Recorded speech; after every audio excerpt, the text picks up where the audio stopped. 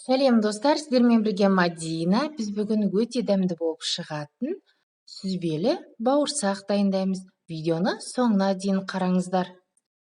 Алдымен ыдысымызға сүзбені саламыз. Оның үстіне 5 ас қасық қант саламыз. 3 жұмыртқа, тұз және ванилин саламыз. Жақсылап блендермен осылай бір келкі масса болғанша еземіз.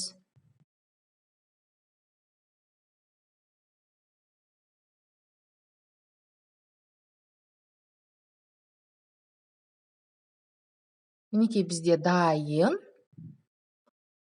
Оның үстіне қопсытқышты салып, електен өткізіп қосамыз.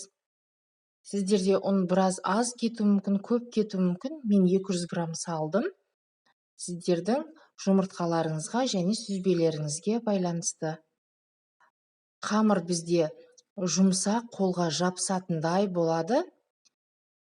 Сондықтан жаярдың алдында біраз ұнның үстіне түсіріп алғандарыңыз дұрыс. Видеодағыдай қатты көп жаймаймыз. Біраз ғана осылай жайып,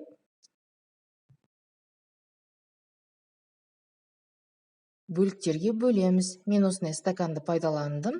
Қалауларыңызға қарай әртүрлі формада жасасаңыздар болады. Пончик қылып жасасаңыздар болады. Әйтпесе кішкентай домалақтар қылып жасасаңыздар болады. Ол қалауларыңызға қарай. Мен осындай формада жасадым.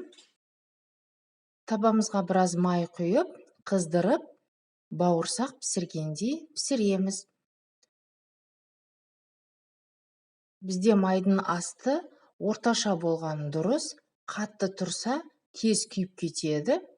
Ал жай отта болса, піспей қалуы мүмкін. Сондықтан орташа отта пісірген абзал. Екі жағын осылай аунатып пісіреміз.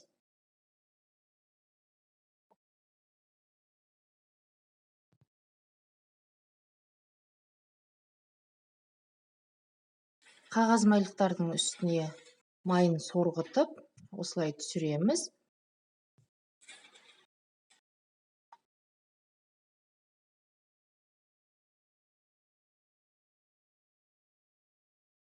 Қалған бөліктерінде осылай пісіріп аламыз.